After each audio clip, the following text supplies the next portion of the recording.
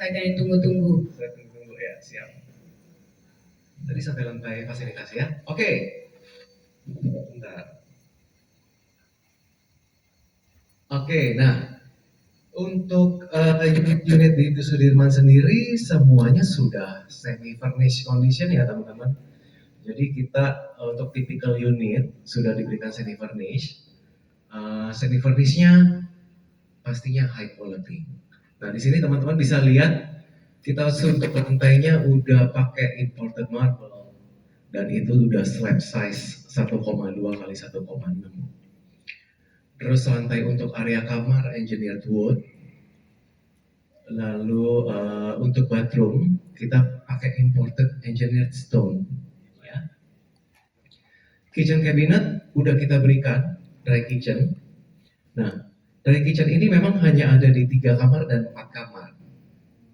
Kalau untuk, dry kitchen ada di semua unit kecuali wet kitchen.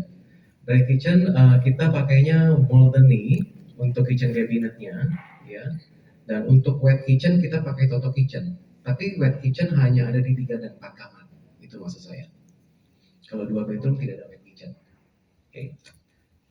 Untuk closet dan bathtub, master bathroom kita pakai Toto Neores, sedangkan other bedroom kita pakai V&B, Villeroy and Boch, ya, dari Jerman.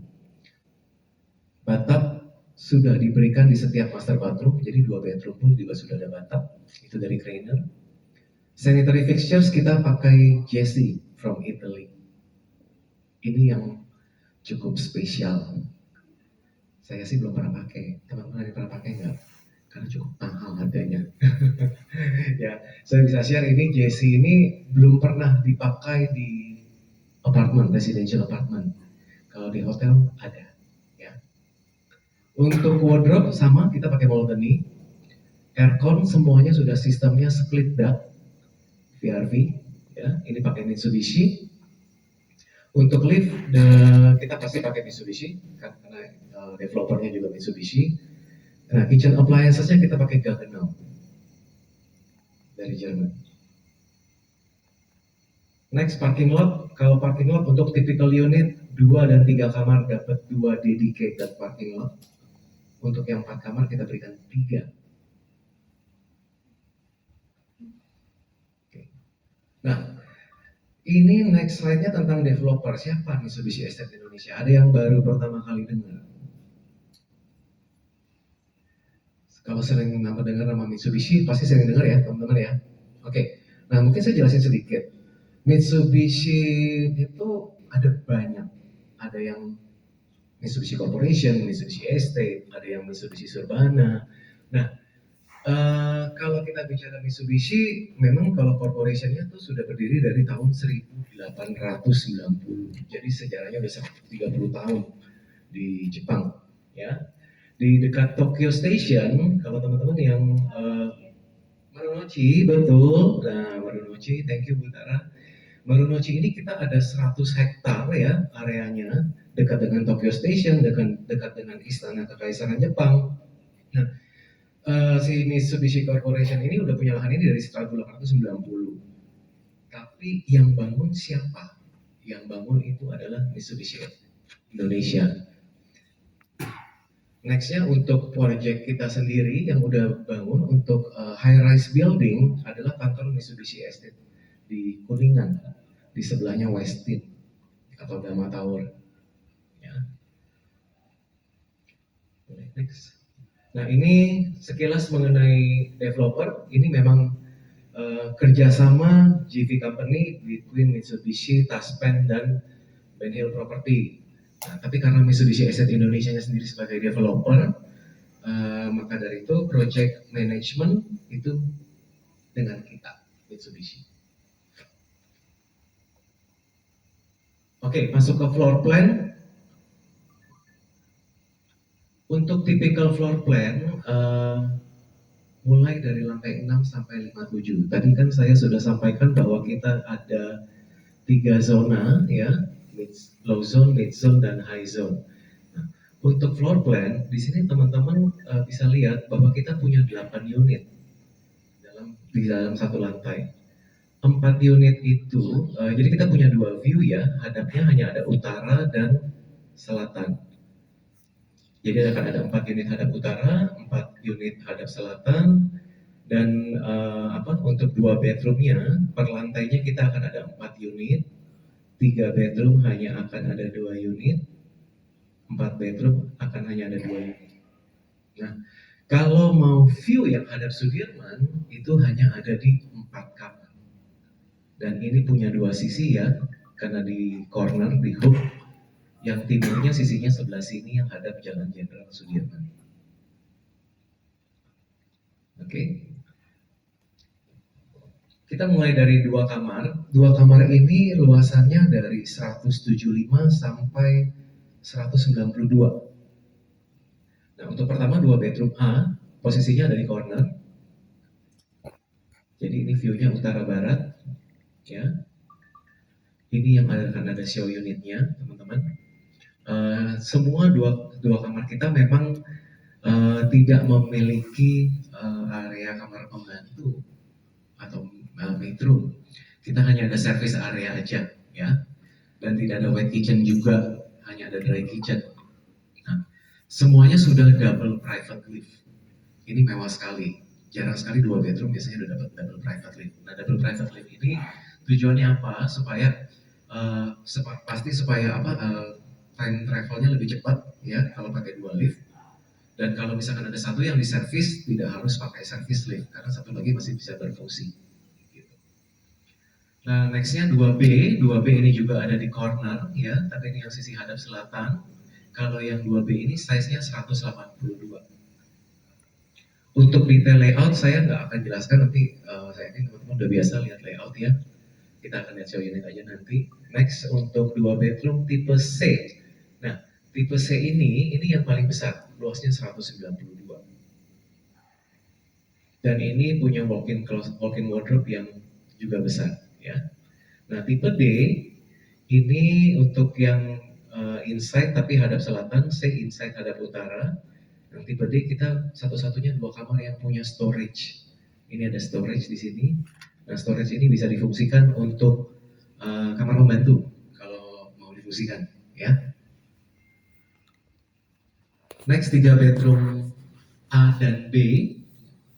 Seperti tadi saya informasikan, kita hanya ada 2 unit untuk 3 bedroom. Yang pertama 3 bedroom A hadap utara, yang kedua 3 bedroom B hadap selatan. Nah, kalau bicara cuman 2 unit per lantai, terus kalau tadi 2 bedroom ada 4 unit per lantai, secara total kan kita punya unit 339 ya teman-teman. Tapi kalau typical unit itu kurang lebih sekitar 320. Nah, jadi hanya ada 40 unit tipe 3 bedroom A ya, dan 40 unit tipe 3 bedroom B. Nextnya 4 bedroom sama, karena hanya ada 2 unit, ini juga hanya ada 40 unit tipe A yang hadap utara, 40 unit tipe B yang hadap selatan. Nah, luasannya tipe A 308, tipe B 320. Untuk layout ada pertanyaan dulu nggak?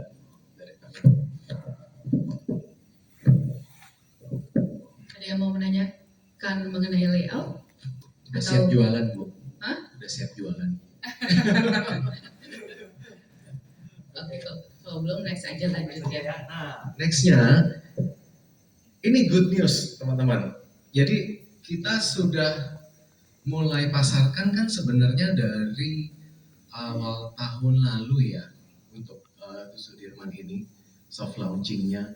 Nah, so far buyer kita itu banyak kan end user, padahal gedungnya belum jadi. Kenapa? Karena mereka tahu lokasinya prime, low density, 3,3 hektar cuma jadi 2 tower ya, dan sudah lama tidak ada project di area Sudirman, dan kedepannya mungkin juga bisa 10-15 tahun lagi baru akan ada yang baru. Kenapa? Karena lahannya terbatas. Nah, atas permintaan dari buyer-buyer yang sudah beli, mereka tuh tertarik sekali sama unit yang besar-besar. Nah, jadinya kita punya tipe baru, Ini tipe 4 bedroom A atau kita sebutnya Sky Suites. Kenapa Sky Suites? Karena ini terbatas, hanya ada 12 unit dari lantai 43 sampai dengan 57 dengan luasan 358. Good newsnya teman-teman masih punya kesempatan. Dari 12 unit baru terjual 4. Dan ini baru kita buka di Oktober.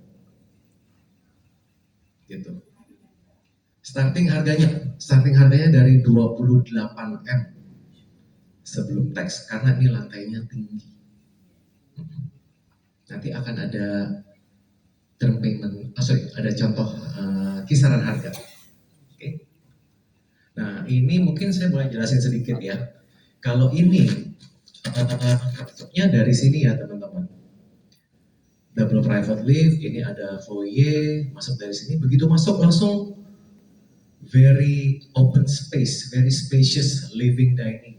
Ini kurang lebih sekitar, kalau nggak salah, bisa termasuk wet dry kitchen ya, bisa 80 meteran. Ya, kenapa? Karena ini bukaan balkoninya aja 11 meter. Dan ini satu-satunya unit yang memiliki living dan dining room-nya di corner. Jadi unitnya akan bagus, spacious, terang, ya, dapat cahaya. Lalu ini ada dry kitchen. Kita sudah kasih stool dining table juga. Cuman bedanya yang ini stool dining table-nya rendah. Jadi lebih kayak ke dining table, lebih kayak meja makan lah. Nah, kamarnya ada 4. Kita masuk dari luar sini ke kiri. Kamarnya ini ada master bedroom-nya seperti ini. Ini ada walk-in closet ya. Terus ini ada area kamar mandinya, master bathroom-nya. Ini kamar anak. Nah, kamar anaknya ini lebih luas daripada kamar anak yang di show unit kita nantinya. Ini ada kamar anak lagi, ada kamar anak lagi. Terus sisi ini ada storage. Nah, masuk ke area service, ada wet kitchen dulu. Wet kitchen yang tadi kitchen cabinetnya kita pakai Toto Kitchen. Lalu ini ada area service, ya, dan ini ada bedroom. Bedroomnya bisa muat 2-3 bed. Oke. Nextnya. Nah, karena kita nggak punya show unit ya teman-teman, di sini kita kasih lihat image renderingnya. Nah, nanti akan seperti ini nih living diningnya. Dari ya, dapat corner living dining, dry kitchennya seperti ini sudah komplit. Terus juga koridornya luas untuk ke area kamar, master bedroomnya luas dan punya storage. Ini nanti kita ada brosurnya khusus untuk yang tipe ini. Nah, berapa nih harga? Belum harga ya. Oke, next. Nah, untuk Sudirman, karena kita lokasinya very prime, seperti teman-teman ketahui juga banyak ekspatriat ya, foreigners di area sini. Apartemen kita tuh sudah open for foreign ownership, ya. Nah, ini kita mau infoin ke teman-teman bahwa kalau mau beli di Sudirman, udah pasti foreigner boleh beli karena kan aturan pemerintah harus di atas 3M aja gitu. Untuk harga unit kita udah di atas 3M ya. Terus perlu apa nih requirement-nya? Biasanya perlunya kita sama NPWP. Nah, untuk di kita udah nggak perlu lagi kita sama NPWP, cukup dengan paspor ya. Terus boleh beli berapa unit? Beberapa unit? Ya boleh, nggak masalah. Ini khusus untuk kalau pembelian pakai nama pribadi ya, jadi perlu paspor dan perlu paspor aja, cukup paspor aja. Kita sama NPWP nggak perlu. Terus pajaknya gimana? Pajaknya sama dengan orang WNI, dengan lokal. PPN 11%, luxury tax PPh 22 1%. Ini karena memang semua unit kita juga sudah dikenakan PPh BM ya, karena luasannya semua di atas 150 meter. Terus ownership tax PPh-TB sama, mereka harus persen dan ada notary fee-nya 1%. Oke. Freehold nggak Pak? Freehold. Gimana Pak? Kok bisa freehold? Ya kan aturannya kalau nggak salah dari pemerintah orang asing nggak boleh punya apartemen, nggak, maksudnya jatuhnya leasehold. Oke? Nah iya, memang kalau di aturan perundangan Indonesia tahun 1960 orang asing nggak boleh memiliki tanah, tapi mereka boleh punya bangunannya, gitu. Jadi memang makanya statusnya jadi bisa freehold. Ya. Ada pertanyaan nggak? Ini biasanya teman-teman pasti banyak nanya, karena ini boleh dibilang baru, aturannya sih udah lama, tapi kok implementasinya kok agak jarang ditemukan, gitu ya. Nah kalau kita sudah berhasil jual ke foreign buyer dan sudah kita lakukan, silakan teman-teman kalau ada yang mau nanya.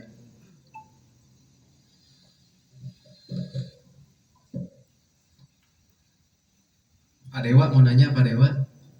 Saya nanya kalau saya sengaja nanya Pak Dewa nih, karena Pak Dewa juga expertnya nih.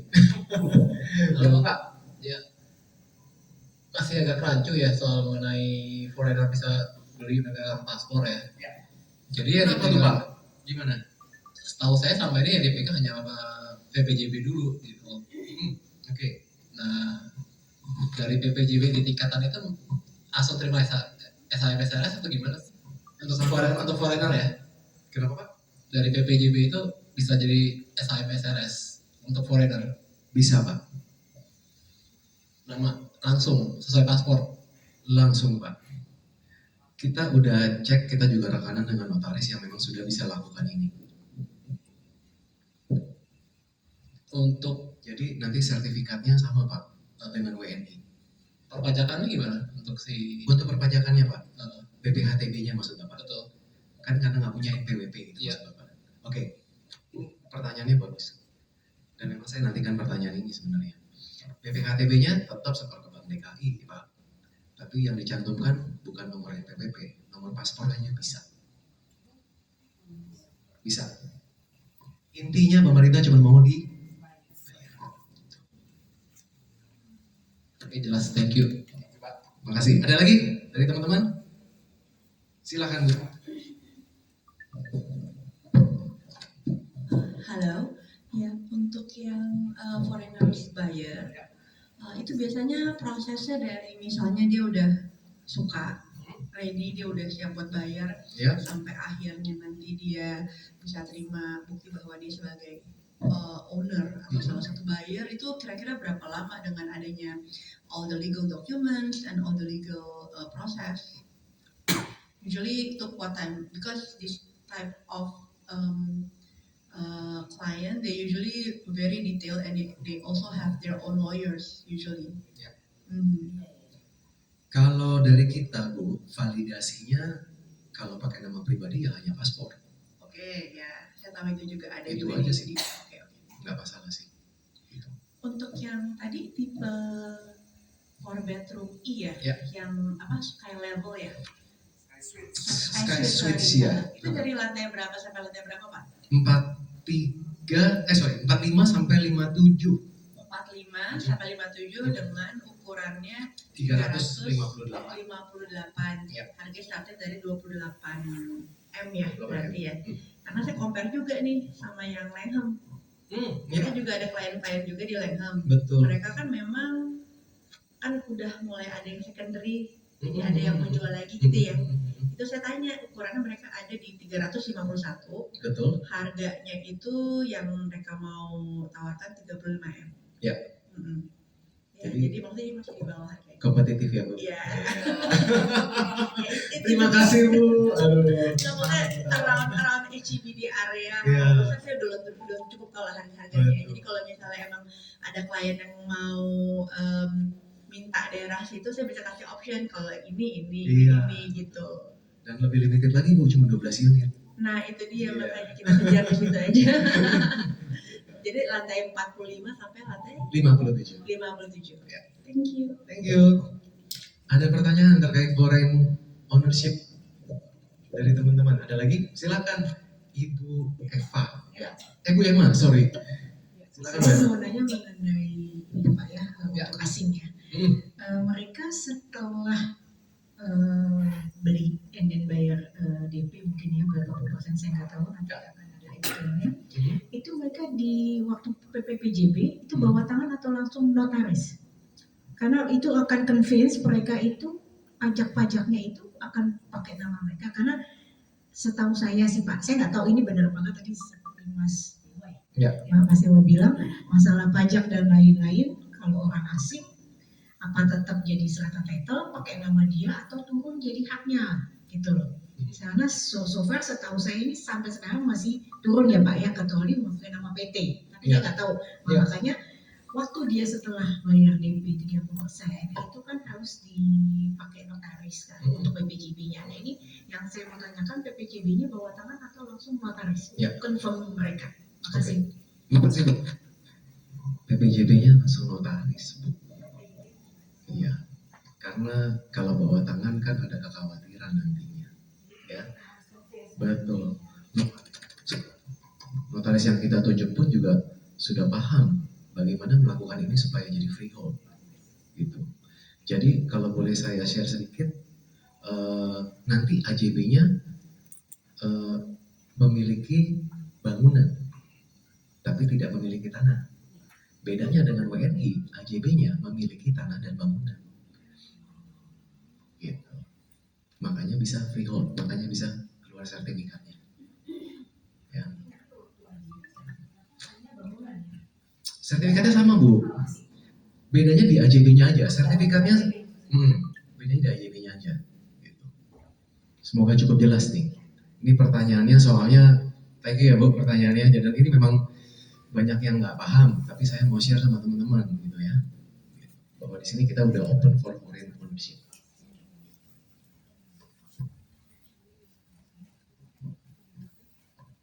Oke. Ada lagi? Thank you. Wah, lega nih, teman-teman udah paham. Nah, siap jualan ke orang asing. Oke, next. Nah, untuk price. Nah, ini saya jelasin aja mulai, kita ada dua yang kita tampilin di sini. Kita ada dari low zone dan high zone, mid to high zone. Kira-kira ya perkiraan harganya ini untuk 2 bedroom mulai di 11,6 M untuk yang installment. Kalau untuk yang progress 12 M. Ada selisih 3%. Bedanya apa Pak? Cara bayarnya. Untuk installment sebenarnya lebih umum ya. Banyak kan developer memang biasanya cash installment. Nah, cash installment di kita itu DP-nya cukup 20%. Itu nanti mungkin ya di slide-nya ya, nanti saya jelasin deh. Ini harganya aja tuh. Nah, terus 3 bedroom mulai dari 16,7. Lalu 4 bedroom dari 21 M ya. Nah, tadi Bu Tara kan ada nanya kira-kira harga berapa Pak? 4 bedroom itu ada yang di high zone dari 28,5. Oke. Nah, per meternya ada yang mau nanya berapa? Starting 65 juta. Belum PPN. Murah ya? Murah nggak teman-teman?